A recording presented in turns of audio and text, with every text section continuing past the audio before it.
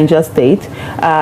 Currently, it's not just Benue that we have now. We had attacked in this week, or in the last 72 hours, let me say, Enugu has been hit, Abia, it has also been hit. Literally, you look at the whole of Nigeria, there's no part of Nigeria there's no insecurity, and people are not, being killed in one way or the other. Relatively, some would say the Southwest, for instance, perhaps. The Southwest still has its own. It's just like, so what we have now, it's almost as if we're no longer sensitive to the fact that people are being killed. So if it's just a few, 10, 2, 3, just like, nothing is going on. But of course, every part of it, the Southwest is also feeling its own impact. And it's increasing to the extent that even in Abuja, we are not feeling safe. I'm sure, I think some weeks ago, there was actually some bomb blast near a military, formation. Some say it was a failed, suicide attack, even though the authorities debunk it.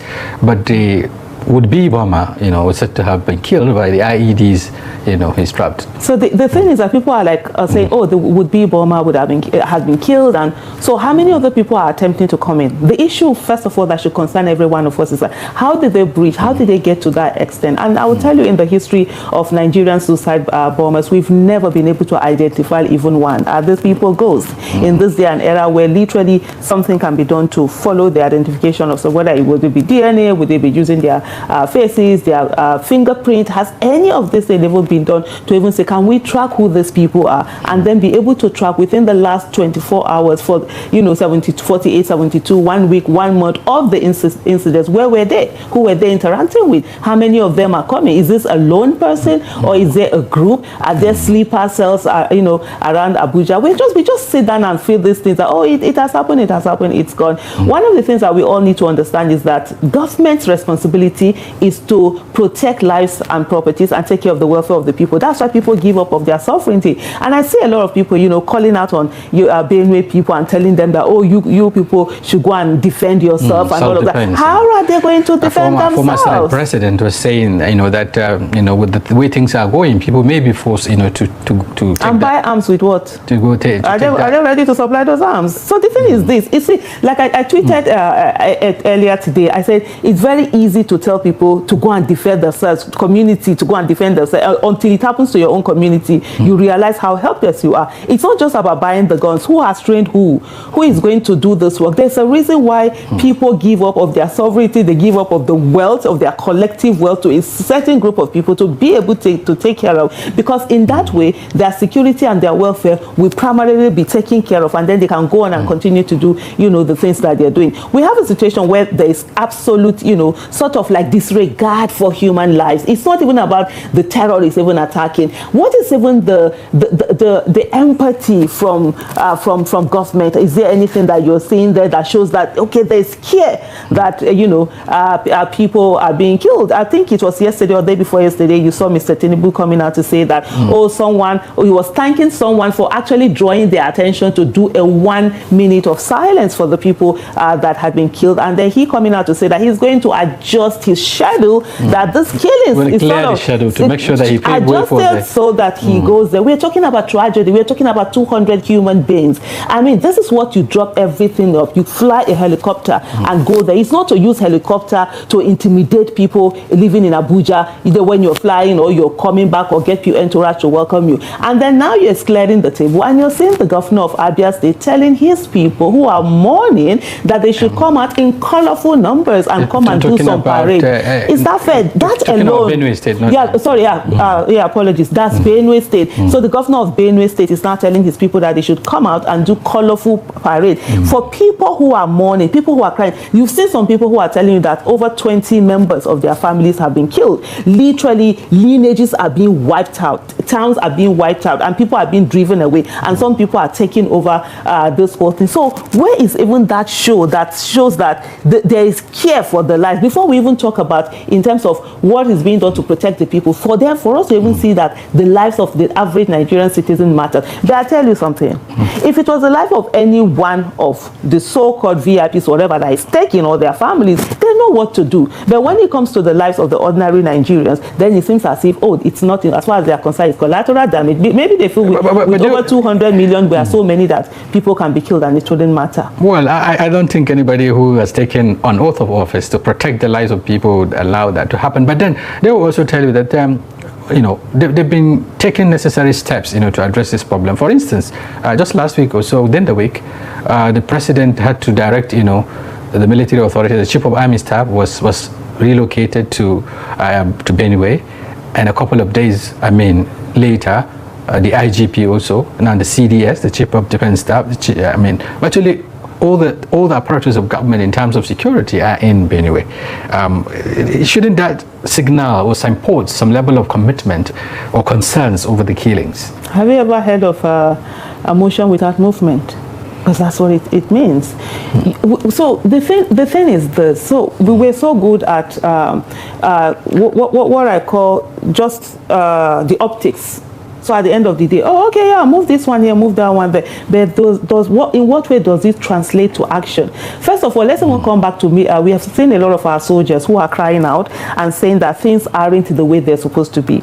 Some of them have written letters. Some of them have done videos. Some of them in the public domain, crying out on how they are being denied from actually carrying out their constitutional duties. Some of them are talking of in terms of, they're not getting the necessary materials, equipment that they need. Their welfare is not being taken care of and all of that. Who is going to fight this war? They are. They're talking about they don't have the right arms. Have we checked to ensure that they are being taken care of? Because it's not the CDS or the chief of army staff or whatever it is flying in their fancy, a private jet, landing there, going into their fancy hotel, sitting down, sipping some martini or whatever it is they are sipping, and then they're just justing, and they're telling us that, they've sent so and so. I say they are not on what the field. Is on ground? What is on ground? To the what is the areas. intelligence? What is the intelligence? Let's even leave the military for now. Where is DSS?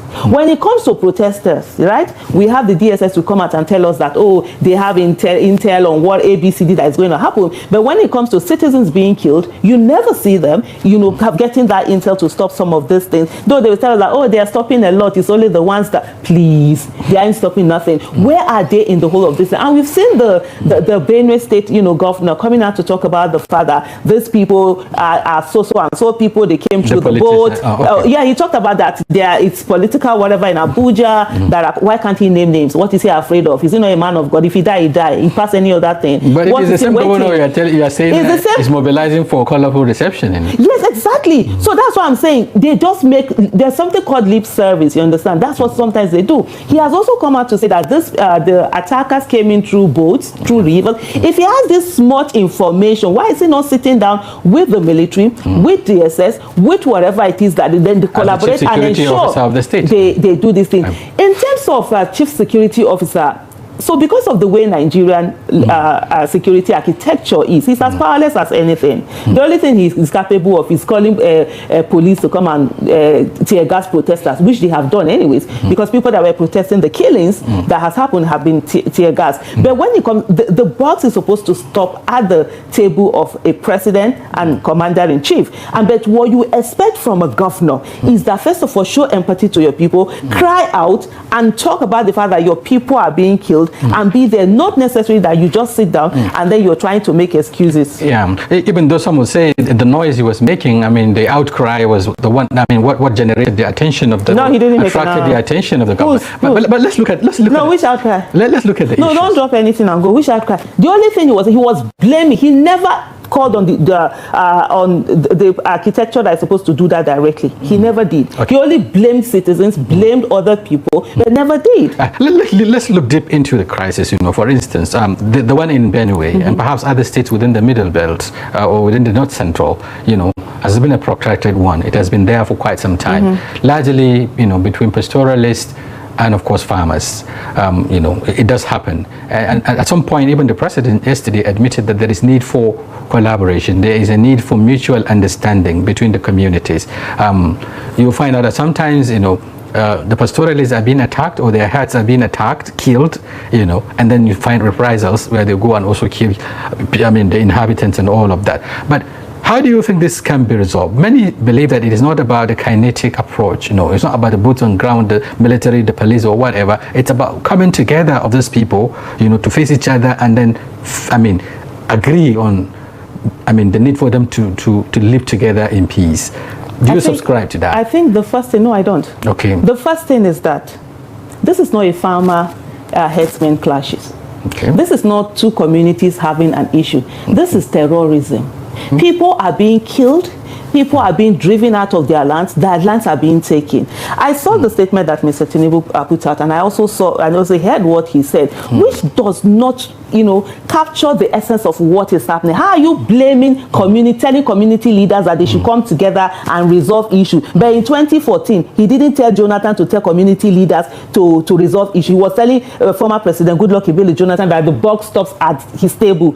So now that he has rigged the election to enter into office, say, no, hold on. So this is the thing. That's why it took you a long time to get me. It's your opinion. Exactly. Anyway. So don't do this thing. This is my opinion. And that's the reason why I will always say that Mr. Bola Ahmed Tinubu is not my president. You haven't seen me refer to him as, you can call him whatever you need to call me. I'm the guest. I'm Aisha Yesufu, and this is what. And you're owning up to. Oh, this is my statement. Right. This is my statement. Whoever wants to hear it, that's the person should hear. But I should be allowed to air my statement the way I want to. So when Mr. Tinubu put out that statement, he said that the community leaders and political leaders should mind the statements they make, should come together, should collect. No, it's not. It's not two communities fighting. It's not farmers and herders. It is terrorists coming out and terrorizing the people, wiping out communities. And sometimes there has been allegations that they take over, this land. So we should call a spade and not a guarded. And where do you think these terrorists are coming from? Because if you look at the architecture, and then you look at the scenario, you look at the frequency of the attack, the nature of the attack, some will say these are, recurring issues. So let me tell you what is recurring about this. And I think sometimes Nigeria, we don't connect the dots. We are sitting down here and the whole food baskets around the country, they are being attacked and being decimated. You understand? Terrorists, full-blown terrorist attack on them. And I'm talking of, if you look at, and this is not, you look at Benue, which happens to be one of the food basket. You look at Benue, you look at Nasarawa, you look at Niger, you look at Plateau, you look at Sokoto, you look at Borno, you come to Edo. Edo North is the food basket of Edo. So I'm from Edo North. Our people are being killed. The only thing is our deaths have not mattered because, we are not saying that. We are the minority of the minority. So as long as they are being killed, then nobody really cares. People have been crying. The same terrorists, you understand, killer herdsmen that have been attacking all of these places are also attacking, part of Edo North. And that's where Nigerians are supposed to sit down and say, who is it that want us to go hungry in a way that they're taking out the arable lands that we have, where we are having a lot of farmers? I mean, is it 100 or something Zabarmari farmers, rice farmers? 200. Okay, 200. Who is going to replace them? That's a whole, talent being killed there. And then we're sitting down and say we are hungry. If you want to destroy a country by even making it starve, you're also going to destroy it. So we are not looking at this. That's why people keep saying that, it's some farmer herdsmen. No, it isn't. And even when you look at places like Zamfara and other places also, you see the issue of mineral resources also coming to play. But what are we doing? We are having leaders who are not connecting the dots, who don't seem to care, who are looking at grandiose projects that are conduit pipe for them to continue to control whatever resources that they're controlling, while the country, is being attacked from all sides. These are things that should worry us. And most importantly, what I always want Nigerians to know is that we are all victims waiting to happen. Now, so where is the weakest? I mean, where is the lapses now? Because if we're talking about, yes, we're talking about foreign herders, armed herders, infiltrating the country through the borders, and then coming to inflict casualties on our communities, farming communities in particular. You talked about the mining communities also being attacked and all of that. What's responsible for this? We have neighboring countries that ought to have been in collaboration with us, to address some of this concerns. We have been the problem. Okay, we have been the problem. Yes, because they've always said it. We have been the ones that will not, do our own part. We've been the ones that our military, there have been a lot of sabotages. We've been the one that, when it comes to intelligence, we don't provide the intelligence, even when they do their work. And let me tell you something. One of the things that the terrorists have found very good is that when they have terrorist attack in other places, the place that they run to escape is actually Nigeria. Remember the other time, I think it's the United States, they kidnapped some of their citizens in Niger Republic, and then they came into Nigeria Nigeria, and it was when they came out and took out the terrorists and rescued their own, citizens that we knew about it. So Nigeria has been the weakest link, even with the other neighboring countries that we have. And then the issue that you have to ask also is that who is profiteering from the insecurity? Because it seems as if there are certain group of people who don't want the insecurity to end, and for them it keeps going on. You're putting up budget anyhow, money, conduit pipe, and a whole lot of things, are going on. Let's come even to intelligence. You cannot fight insecurity without intelligence. It's not the one that you just say, oh, conventional war and all of that. We have a failing, because when it comes to intelligence gathering, we are not doing enough. And then there's no that, how do I put in, a collaboration between civilians and security agencies. Why? You collaborate with security agencies, you give them information, guess what is going to happen next? The terrorists are going to come exactly to you and tell you the same thing that you've reported to them. So there's no trust. Even the Zabarmari farmers, what happened to them? Was it not because they had also reported attack, that it was reprisal that they went on and they killed them in the gruesome manner that they did? Right. I was talking about lack of collaboration or lack of confidence on the part of the public. Even the CDS, just yesterday or so, was talking about the fact that there is insider collaboration with those, killer herdsmen who are said to have attacked those communities, because the information was actually given from within the communities. I mean, intelligence, looking at the nature of the attacks and what have you. But then, because we don't have much time, trying to juxtapose what is happening, we're just talking about insecurity alone. It is happening at the time Nigeria is also grappling with economic challenges. People are suffering, the hardship and what have you. But the government is also giving hope that things are getting better. Really? Things are, turning around. Are you hopeful? Looking at the indices, as they tell you that foreign reserve is increasing. Just yesterday, inflation is dropping, and quite a number of the indices are becoming more and more responsive to the. Policies are people-centric, right? Right. There's a thing about propaganda. You can do propaganda during election, before election, and all of that during campaign, but you can't use propaganda to govern, because the essence of governance is how much it affects, people's life. And no matter how much government lies, no matter the fake news or whatever, people are going to feel the effect, and they know what they're saying. They know how much to go to the market, things that they buy, they can no longer afford to buy them. They know how expensive things are. They know the fact that their purchasing powers have been reduced. There is nothing. And if you're talking about statistics, we have come to a place where Nigeria has the highest number of starving children in the world right now. You're talking about poor people. We are the poverty capital. You're talking about internal mortality, maternal mortality, and all of that. A whole lot of that are happening. We've seen more in terms of industries. Companies are leaving the country because there are no longer favorable environment for them to work in. And what we see is stupendous waste of money. You're seeing how many trillion, 20-something trillion that was spent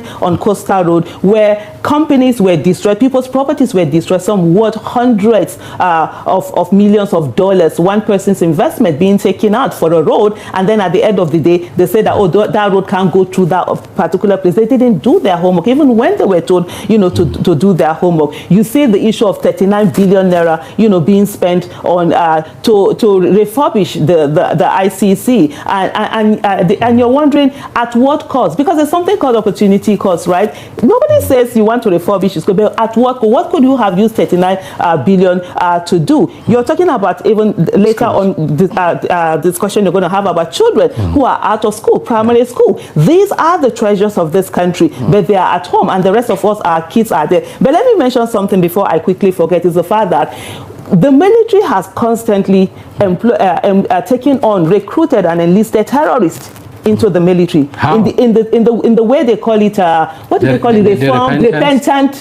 Repentant terrorists. I have never heard in any place where you carry people and say they are repentant, and then take them into your military for them to gather more information. And a lot of times, have they been taken into the military? No, they have been rehabilitated and taken back to their community. No. You are the journalist now. Go and check it out. They take them in. They call them repentant, Boko Haram repentant terrorists, and they are enlisted into the military, given everything, and they have access to information. And over time, even the military themselves have come to give the fact that some of them have gone back, and yet they are still enlisted. Who does that? Who carries someone who has killed you? You say, oh, they repent. Why then do we have anybody in prison? Let's all open the prison door and let who will not repent. Everybody will be repentant now. But when you tell them out, but there is I'm questioning them. There is a mechanism of how the military does all of this. Which mechanism? The mechanism that is killing us. It's not only killing us; it's killing the military. In the last I think 2 months, have you seen the casualty we've had? Have you seen how many military personnel that we've lost? Those are human beings. It's affecting lives. We're talking about. No, this is not politics. These are lives. You know what it is for someone to grow a human being at 9 months in the womb, give birth to that child, put everything in. At the prime of their lives, they are being taken out, and we've seen a lot of them. And they're talking about sabotage.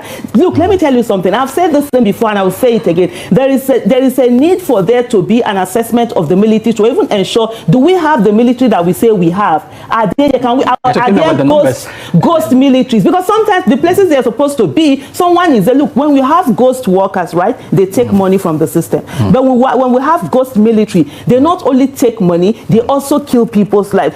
I think it was Iraq in 2014 that did that, what do you call it now, to check their military and whatever, and they were able to get audit it. Let me use the word audit. They were able to get 50,000 ghost soldiers. Only God knows how many ghost soldiers. Already the numbers are not adding up. Here we agree that there's an educated number of, put together all the security is not more than 1 million, and you have over 230 million people. So you can guess, what that would do. No, beyond that, even the numbers we say we have are not up to the numbers. Right. Okay. Very quickly, before I get you to suggest, to make recommendations, because what the government keeps saying is that, okay, people in the opposition like you always pinpoint. You are very good at looking at the gaps, but you don't provide solutions. So let me tell you something. You see, they don't say it. It's journalists like you that say it. Well, and this is the problem I have with journalism in Nigeria. Just recently. No, hold on. Let me land on this one, because I'm putting you on the spot now. But we're not you're very quick. You don't need to respond. I will say it. You're very quick to ask opposition to give solution, to profile solution. All the solutions that are being profiled, nobody listens to them, right?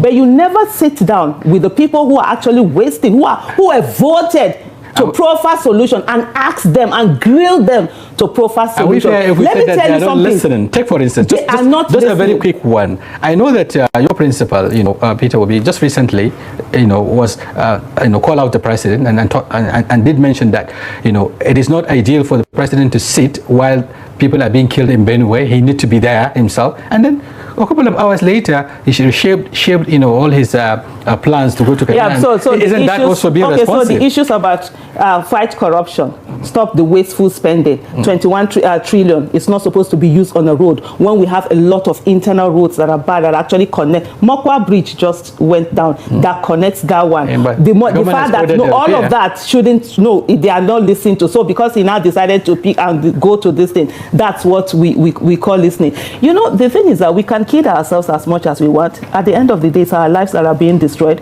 You see these people who are in office, they've taken care of themselves, their children, and probably their lineages.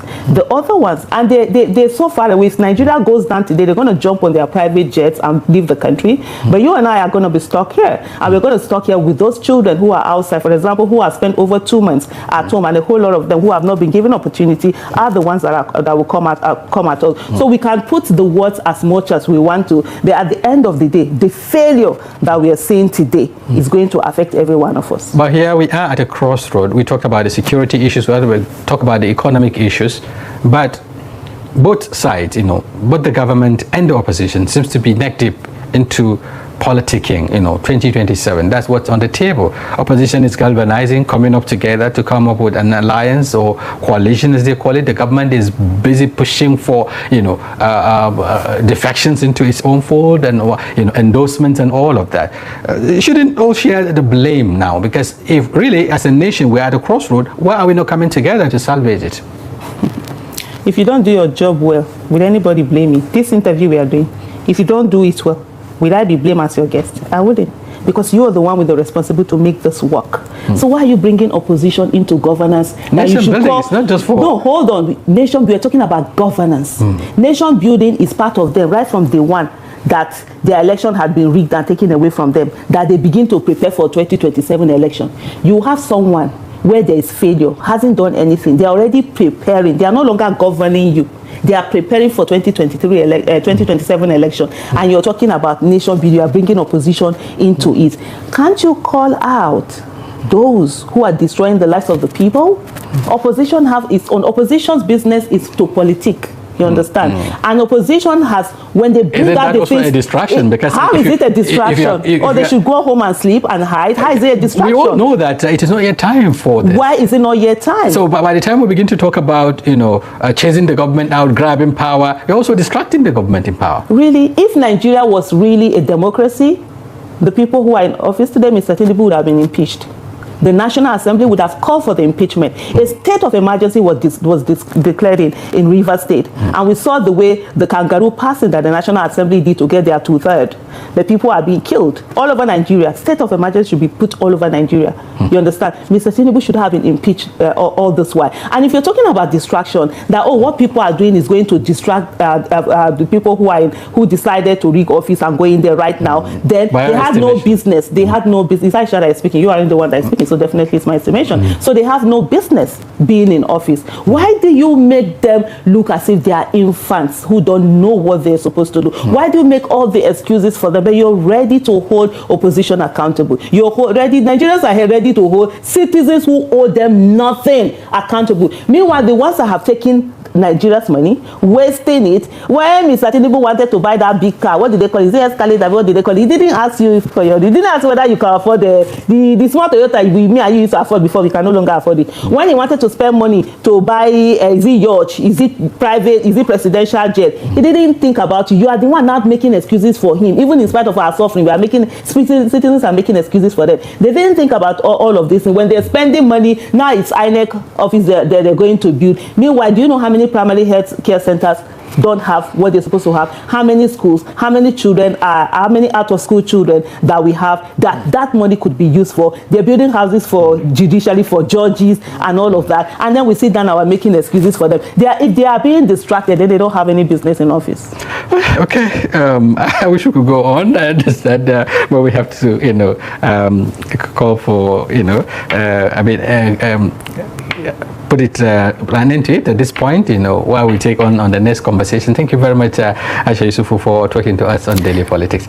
We do hope we have you some other time to discuss more on this. Thank you so much. But before I go, let me just quickly say that unfortunately for us, that access to good quality education is now dependent on the economic status of one's family. So if you are born into a family that is poor, you don't have access to good quality education. I think for me that's the greatest injustice in Nigeria. We cannot have a Nigeria where we are being told that people should celebrate humongous projects that are being built, but our children that should be in school learning, they've been at home and nobody seems to care. Thank you for having me. It will shock you to know that after Benue State was struck by the Fulani herdsmen, Abia State was struck, Enugu State was struck, even Plateau State. I mean, these people are everywhere. Somebody made a video saying that indeed Fulani has surrounded Nigeria.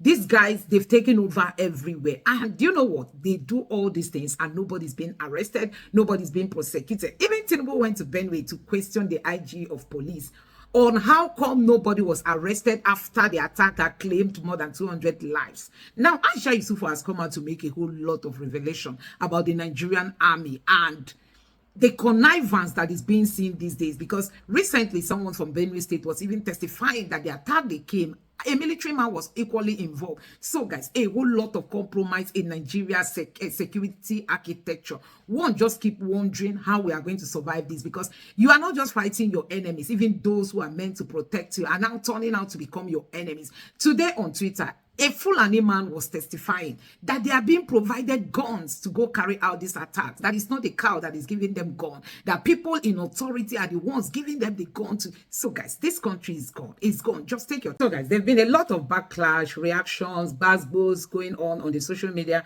after Tinubu came out to tell the people of Benue to share their land with the Fulanis, that there is enough land to share. You can imagine Tinubu in Benue, there is enough land to share, accommodate everybody. Just the same statement that Buhari made during his time. The question remains, what is the covenant APC entered with the Fulanis? What is that covenant that Nigerians are yet to understand? You can imagine in the midst of all this crime, people who went to bed and they are just on their own jeje, people came and buy them, and Tinubu is saying, go and give them land. I don't understand the kind of people we call leaders in this country. Now, people are telling Tinubu, go and start with Lagos State, start with Osun and Lagos. Share the land. This one Igbo people are buying lands and you are destroying them in the name of the builds on the wrong places. While this land they bought, they were registered. People collected money and approved it for building. When they build, you now realize it was built on a wrong place and you come demolition. But you are asking people of Benue to share their own land, their ancestral land. It means that Tinubu can never solve insecurity problem, just like Buhari did. It means that Tinubu cannot even bring back these IDP camp members,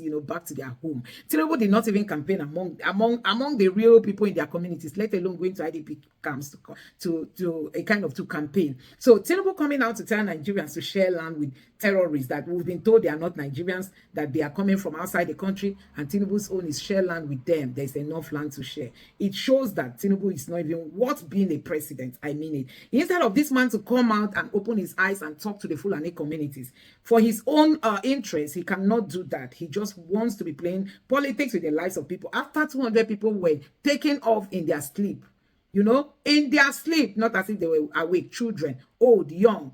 Guess what? Tinubu is telling Nigerians to share more lands with the Fulanis who are coming from outside the country, that there is enough land to be shared. Tinubu, start from Lagos, start from Osun State. That's the response coming from Nigerians. Anyway, guys, let me know what you think about this in the comment section below. Please don't forget to subscribe to the channel. Turn on the notification bell. Please give this video a like so that YouTube can recommend it to others. Drop your thoughts in the comment section below. Thank you.